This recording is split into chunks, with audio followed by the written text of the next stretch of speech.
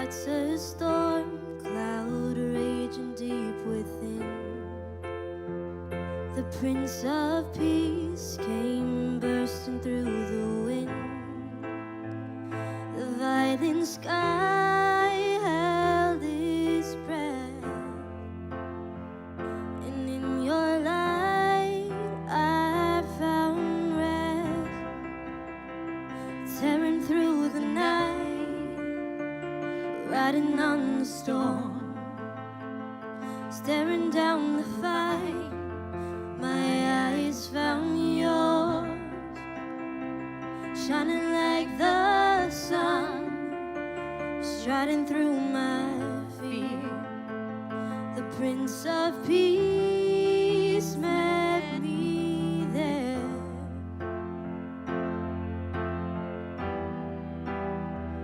You heard my prayer.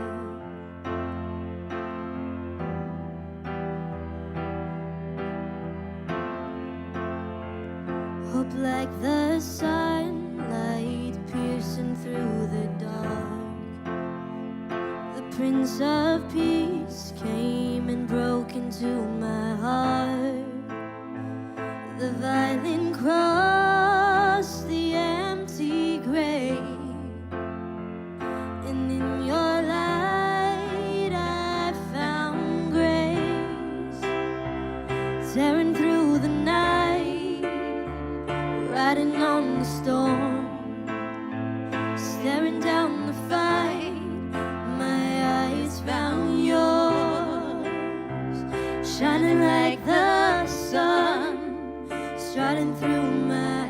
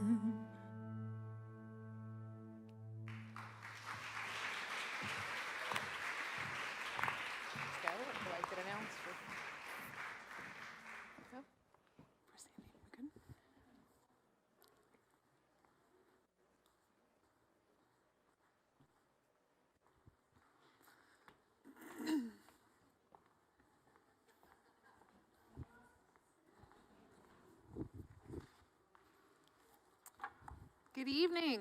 You guys hear me? That was beautiful, Danielle and Summer. Thank you guys so much. You sound beautiful together. You can't hear me? Can you guys hear me? We there? We good? All right, thank you. I'm excited to be with you guys tonight to join you in this ongoing study of the names of God. And I know the thought has been introduced, but we study the names of God to get an understanding of who he is, to get an understanding of his character and the way that he works with his people. You guys know I have 4 kids, and so naming each one of them kind of felt like a big deal. Liz mentioned in the first month that this name follows you not only through your life, but onto your gravestone, and then for the people that talk about you after you go. So it's kind of a big deal to choose somebody's name. It seems so official and so final, you know? So next to giving them life, it felt like one of those big jobs you have to do to choose a name for somebody. So their kids are named Caleb, Jacob, Leah, and Nathan. And so Caleb, Jacob, and Leah came kind of easily. We're like, okay, we like the Old Testament. We like these names of people who fought so hard for the promises of God. I've shared with that before, how we chose those names. And by the 4th child, you're kind of like, running out of those names, especially when there's 9 grandchildren already in the family that have the same last name. You can't just repeat, the first name too. And so we came up with Andrew. We thought, well, we like that name, and it's a biblical name. And so we thought about Andrew. We prayed about Andrew. We talked about Andrew with our kids, and especially our 3-year-old Leah, who prayed for Andrew every single night. And then as we were in the waiting room, in delivery, the things you think about in the middle of the night, we're like, well, hold on. We have all Old Testament names. And then I realized in that they're all alphabetical. So you have Caleb, Jacob, Leah. This is what comes to you, right? I'm like, we can't do Andrew. That's going to mess up the whole thing. So literally, a game day decision, we changed to an Old Testament character named Nathan. And so much so that we were so excited, Nathan, here he is. And Leah was so distraught. She thought that we had left Andrew at the hospital. She really did. She's like, where is baby Andrew? I'm like, yes. So that was an oops. But Nathan means gift of God, by the way, which he really is. But when God chooses what we will call him, he chooses not based on alphabetical order or anything along those lines. He chooses based on what it reveals about his character. The names that he calls himself and the names that he inspires his people to call himself by his actions. So tonight we come to another name of God, which is the Lord is peace. Is it Yahweh or Jehovah Shalom? Jehovah Shalom, the Lord is peace. This time it's nestled in the story of Gideon in Judges 6. And just as an aside, I love that when God comes to us to reveal himself to us, he doesn't come with just a dictionary. He doesn't come with, this is my name, list of my names. It's not just truth that he speaks about himself, this is my name. It comes in the context of stories, and so many of these names that we see, the name is given because of the way that God related to the person who gave him that name. So I love that he's a God of stories and showing up in our stories and revealing himself in little pieces to us as we read these stories and as we live our own story with him. So to understand Gideon, maybe you're familiar, maybe you're not, it's in the book of Judges, and to understand Judges, you need to understand where it comes. There's the first 5 books of Moses, right? You have the story of creation, the story of the people of God as they rose up, the story of enslavement and of being set free, and of God making a covenant with these people to make them his own, of them wandering in the wilderness, and then finally coming to the point where they're going to launch into the promised land. Then you have Joshua, and Joshua is the story of them taking over that land. And then Judges, you come to Judges, and we find out that they're living in the promised land, but they're surrounded by enemies and troubles on every side. And there's a very familiar pattern with Judges. If you studied it at all, you can draw it in a circle. The Israelites do what is evil in the sight of the Lord. The Lord allows them to fall into the hands of the people around them that they thought they could make happy by worshiping those gods. So those people then oppress them. Then they cry out to the Lord, and the Lord sets them free. And then the people do evil in the sight of the Lord, and then they go into oppression, and then they cry out to the Lord, and then the Lord sets them free. And then the people do what is right in their own, all this. It really is. It's a big old circle over and over and over again. And deliverers come and deliverers go, and the people fall again. And so the last line of the book of Judges rightly sums up the situation by saying that everyone did what was right in their own eyes. And there are times when the land had rest, and there were times when the land had war. Which, just as an aside, you so often just want to see let's just get this breakthrough and just move on. Let's just go on to living the good life that we know God has planned for us.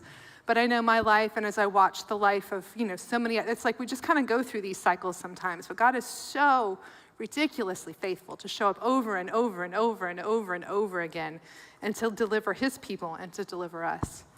So we come tonight to Judges 6, which is at the bottom end of one of these cycles where the people have done what is evil in their own eye, or in the Lord's eyes. And this time, the enemy is Midian. So I'm going to have a good bit of the scripture up here. I see that, but let me move aside. Does that make sense? Can you guys see? Because since we're reading a lot, I want you guys to be able to see what we're reading. Is that good? We good? All right. So Judges 6, 1 through 6. The people of Israel did what was evil in the sight of the Lord, and the Lord gave them into the hand of Midian 7 years. And the hand of Midian overpowered Israel. And because of Midian, the people of Israel made for themselves the dens that are in the mountains, and the caves and the strongholds. For whenever the Israelites planted crops, the Midianites and the Amalekites and the people of the east would come up against them. They would encamp against them and devour the produce of the land as far as Gaza, and leave no sustenance in Israel, no sheep or ox or donkey. For they would come up with their livestock in their tents. They would come like locusts in number.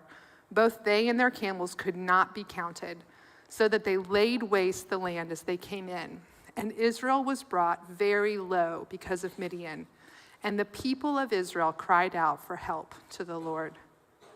So they did what was evil, and they were given over to the Midianites, who oppressed them greatly. And the Midianites are a people who are related loosely to the Israelites.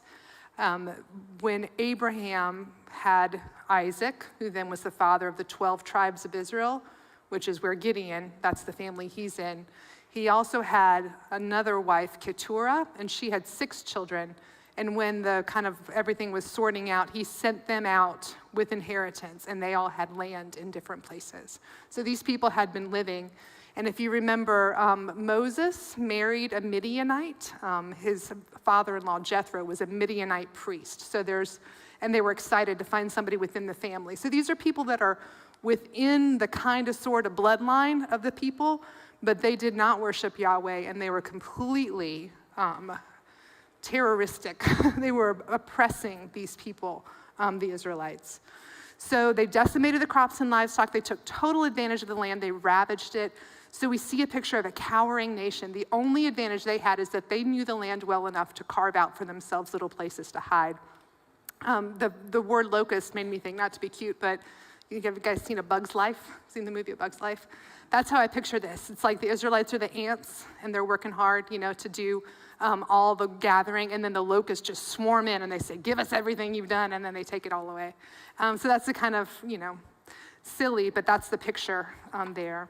So let's keep reading. When the people of Israel cried out to the Lord on account of the Midianites, the Lord sent a prophet to the people of Israel, and he said to them, thus says the Lord, the God of Israel, I led you up from Egypt and brought you out of the house of slavery, and I delivered you from the hand of the Egyptians and from the hand of all who oppressed you, and drove them out before you and gave you their land.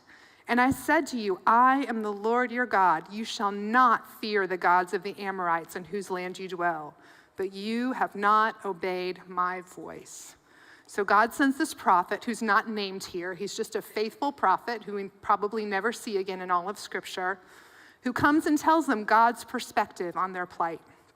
Notice here that God doesn't come to them with a list of do's and don'ts. You should have done this, you shouldn't have done that. What he does is he reminds them of the relationship that he is in with them because of the deliverance that he worked for them, where he delivered them from Egypt through the Red Sea. And he tells them that this action on his part sets them in special relationship with him. So versus a list of do this, don't do this, do this, don't do this, it is, I have purchased you. I have done a great work on your behalf to make you mine. And now you have not just broken a list of rules, you have broken a relationship with me. And that's such a good example of what sin is and what evil is. It's not just offending a law or a moral absolute. It is breaking a relationship with the one who made that law and who has gone to great lengths to set us free. So let's keep reading.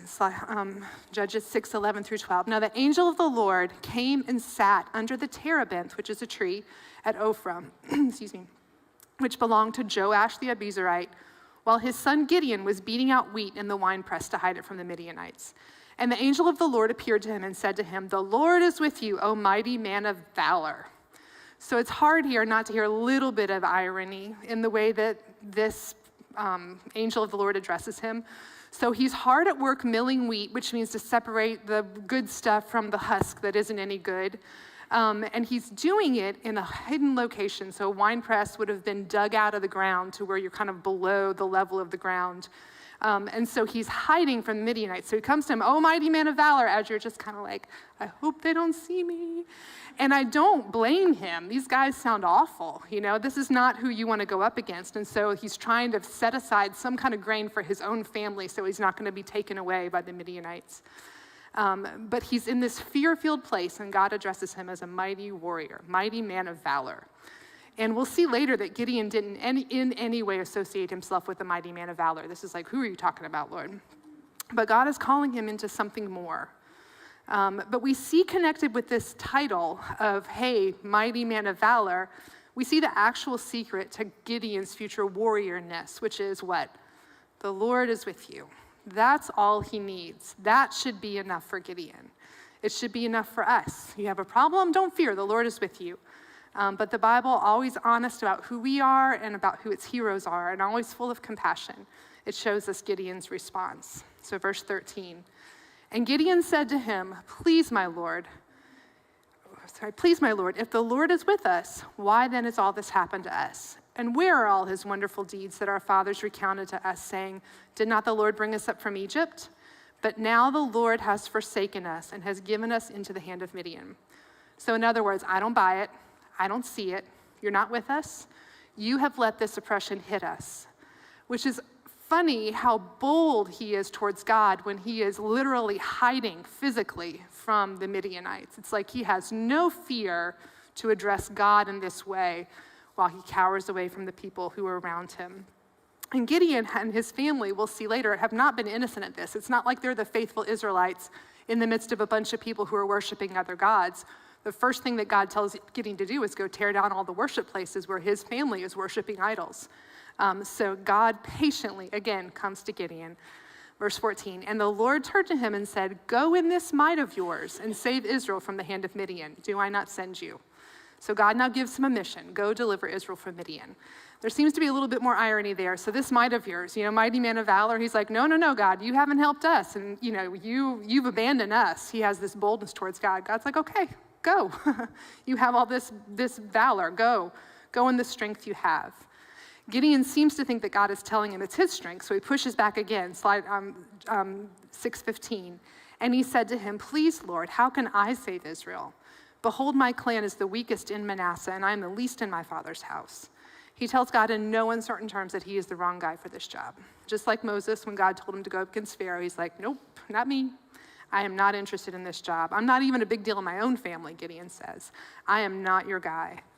But of course, the Lord answers with the only answer that we should ever need yet again. Verse 16, and the Lord said to him, but I will be with you, and you shall strike the Midianites as one man. So I will be with you. That's the guarantee of success. If God calls you to do it, God will be with you. But again, that's not enough for dear Gideon. He's maybe just slightly warming up to the idea, but he wants a little bit more proof. So verses 17 through 22. And he said to him, if I have now found favor in your eyes, then show me a sign that it is you who speak with me. Please do not depart from here until I come to you and bring out my present and set it before you. And he said, I will stay till you return. So Gideon went into his house and prepared a young goat and unleavened cakes from an ephah of flour. The meat he put in a basket and the broth he put in a pot and brought them to him under the terebinth and presented them. And the angel of God said to him, take the meat and the unleavened cakes and put them on this rock and pour the broth over them.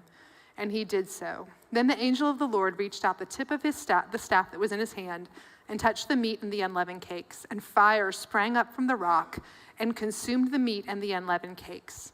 And the angel of the Lord vanished from his sight. Then Gideon perceived that he was the angel of the Lord. And Gideon said, "Alas, O Lord God, for now I have seen the angel of the Lord face to face." So we got him, right? The Lord has finally broken through to Gideon. With this miraculous sign and then this quick disappearance, Gideon more or less says, "Okay, I get it. I believe that you are God." But there must have been some fear there, because we see God's response to Gideon, where he says in verse 23, "The Lord said to him, 'Peace be with you. Do not fear. You shall not die.'" Gideon now rightly saw God, perhaps for the very first time in his whole life.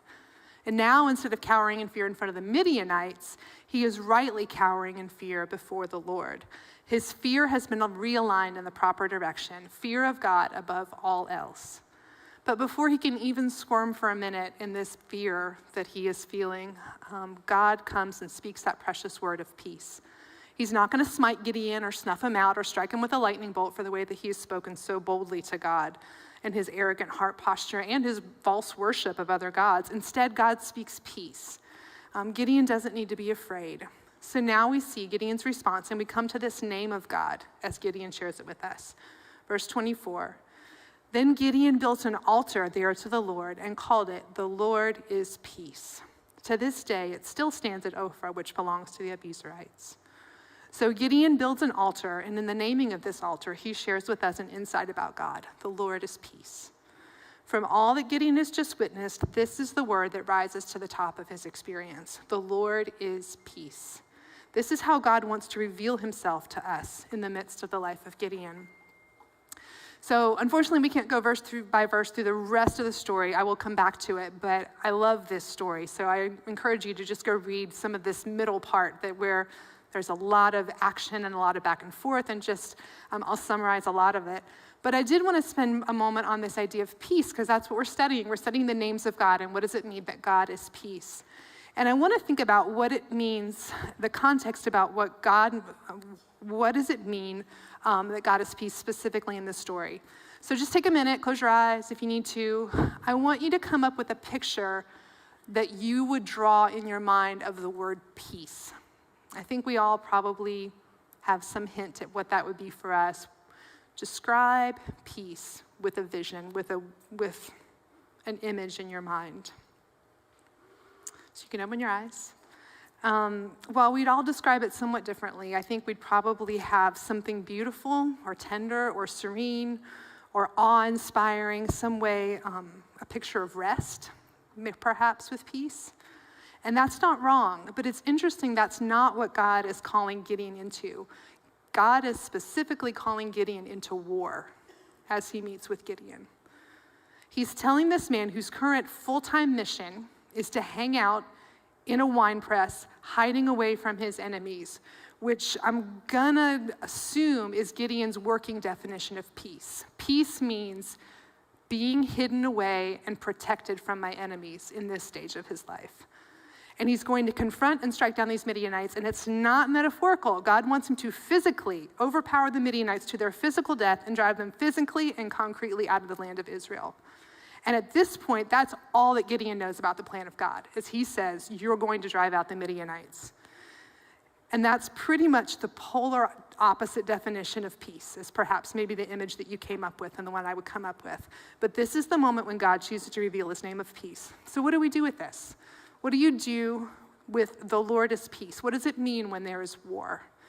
We can ask this question of our world and in our own lives, and thankfully it's pretty metaphorical still for us at this moment in our lives. But I think we have to conclude at times that war is a part of peace, as much as that rubs against everything in us. And by that I mean, when wickedness and injustice is winning the day, peace is not to just close your eyes and cover your ears and hum really loud until everything just kind of fades from view and it's just me and God, That is not the definition of peace. It is to push boldly into the injustice and to fight against it in order that true peace can come. When Adam and Eve sinned, God didn't just ignore it and act like it didn't happen. That's not how sin works, and that's not how evil works. It will destroy everything if it is left unchecked. But Jesus fought that war against the power of sin and death on our behalf. He did not cower. He did not shy away. He is our peace, as he's described in Ephesians 2:14. He pushed boldly into the battle that sin created and made necessary, and he was victorious, winning our peace. You know, I was thinking about how this kind of works in our lives, and I don't know, did any of your images of peace have a small child in them, like a baby or like holding a baby? Yes. That's like my number 2, like, you know, where the baby just kind of like fits right there and they're sleeping, you're just rocking. And I was thinking about that as an image of peace, but then picturing that same child grown up to pick a number, 2, 4, 6, 8, 10, 12, whatever it is, where you're having to set boundaries, you're having to enforce, you're having to, in a sense, go to war with this child. It's a bad way to put it, but that's what it feels like sometimes, right? Not so that this child would be, so that everything would be peaceful in the moment, but so that in the long term, the benefits that this child will reap in their own life and the benefits in your home would be a true peace that was fought on your knees and in boundaries that are set. I thought too of refusing to allow unspoken tension and bitter thoughts to take root in a relationship. You know how that's peace, right? I'm not gonna say anything, you know, I'm not gonna stir the waters. I'm not gonna make an, you know, how we do that to ourselves. And sometimes there's wisdom in that, but I think a lot of that is born out of fear of the enemies more than it's a fear of God and what he might be calling me to as well. I know it is in my life as a pleaser, as someone who just wants everybody to just be okay. Let's just be okay. I don't care how we get there, please, let's just be okay. But taking steps to address something and say, look, I love you too much, or I love this relationship too much to let this go unaddressed. I actually was talking with a dear friend recently, and I was telling her how excited about this talk I was, and she kind of looked at me, she's like, remember what we were just talking about at the beginning, where I'd been talking about something that had been bothering me? And she was like, do you think maybe the Lord wants you to be an agent of peace in this? And I think my face went something like, I was not happy. I was not happy that she had flipped it on me like that.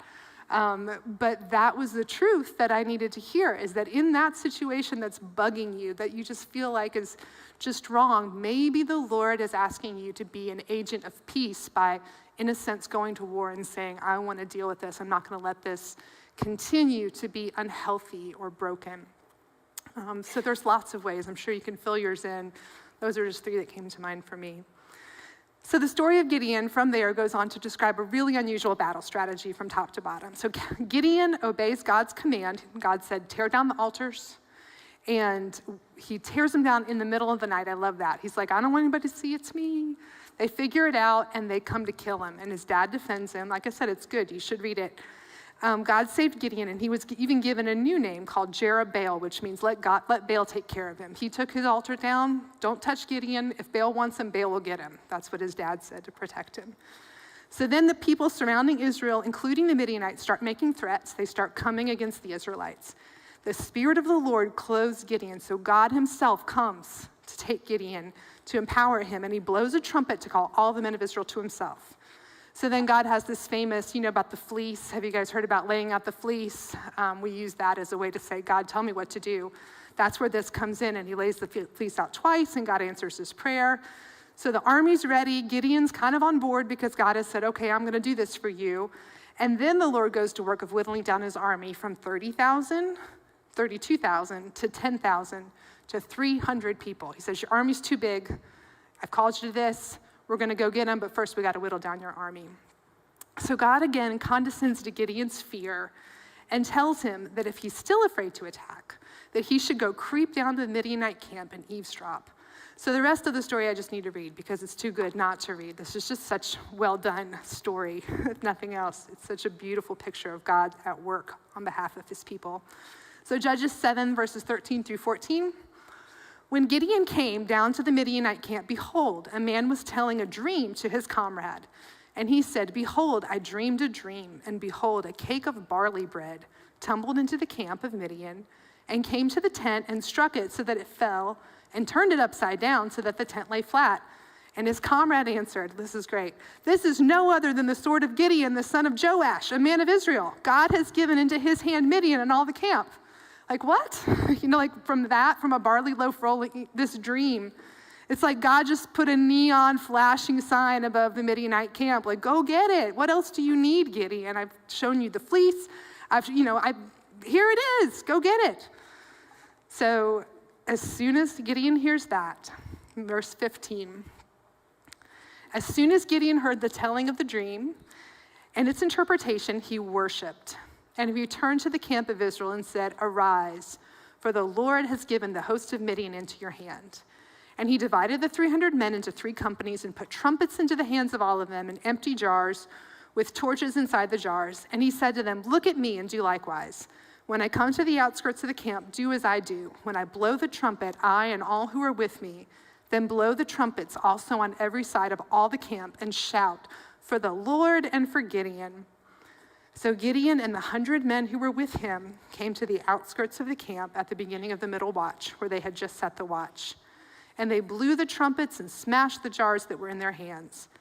Then the 3 companies blew the trumpets and broke the jars.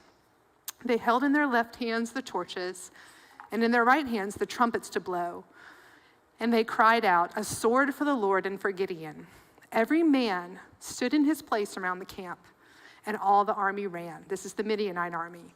They cried out and fled. When they blew the 300 trumpets, the Lord set every man's sword against his comrade and against all the army. And the army fled as far as Beth Shittah towards Zerah, as far as the border of Abel Meholah by Tabbath. And the men of Israel were called out from Naphtali and from Asher and from all Manasseh, and they pursued after Midian. Gideon sent messengers throughout all the hill country of Ephraim, saying, come down against the Midianites and capture the water against them, as far as Beth Barah and also the Jordan. So all the men of Ephraim were called out, and they captured the waters as far as Beth Barah and also the Jordan. And they captured the 2 princes of Midian, Oreb and Zeeb. They killed Oreb at the rock of Oreb, and Zeeb they killed at the winepress of Zeeb. Then they pursued Midian, and they brought the heads of Oreb and Zeeb to Gideon across the Jordan. So yet again, rich in irony, Gideon's men killed the kings of the Midianites. Where did he kill them? Did you catch that? In winepress. Isn't that kind of neat? I just thought that was cool. Where was Gideon hiding from the Midianites for all that time? In the winepress, right? So the tables have turned and God has fought for them. And just a question that I asked myself, what level of strength did this battle take from Gideon? Like if you think about, what was the energy output, would you say, from Gideon on this? There's just not a lot, right? I mean, not from the beginning. This did not require Gideon to go in with swords blazing and subdue the Midianites, right? It didn't require him to train his army in any special way. The battle in this situation that God had called Gideon to was the Lord's battle to fight, right? I shared with my Rio Women table last year that in a totally kind of weird season of my life, I was wrapped up in my own thoughts of doom and struggle and, everything's going awful. And not once, but twice, I passed a car. I don't know if we have this slide up here. Do you have it, Charlie? Is it next? There it is. Twice on the road, I passed this car. The battle is not yours, it's the Lord's.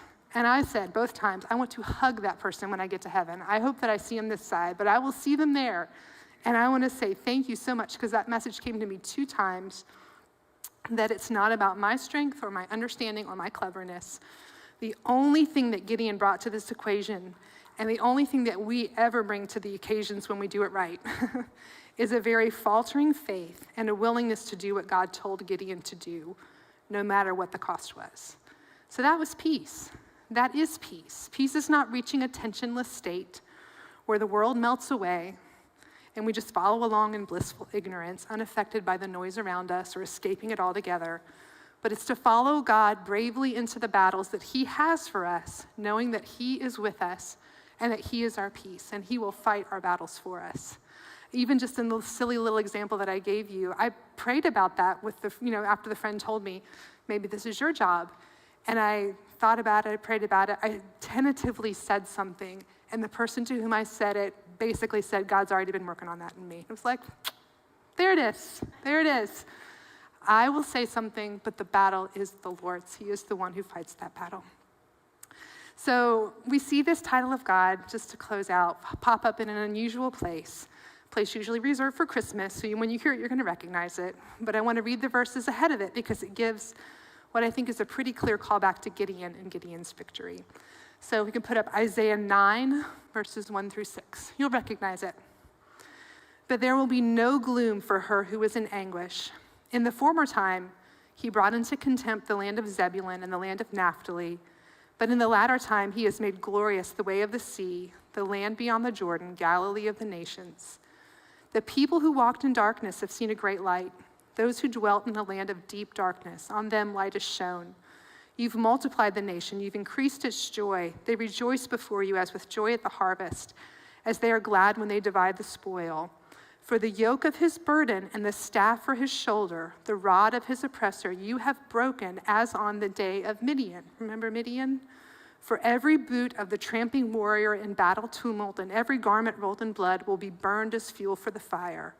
For to us a child is born, to us a son is given, and the government shall be upon his shoulder, and his name shall be called Wonderful Counselor, Mighty God, Everlasting Father, Prince of Peace. So ultimately, the angel of the Lord, whom Gideon called Peace, would be born into flesh and blood. He would not shy away from the battle that our sin deserved. He would walk boldly into the very depths of hell to fight the war and to pay the price. And he is coming again in might to put down once and for all the enemies of God. This warrior, this mighty God, is our Prince of Peace. The Lord is peace.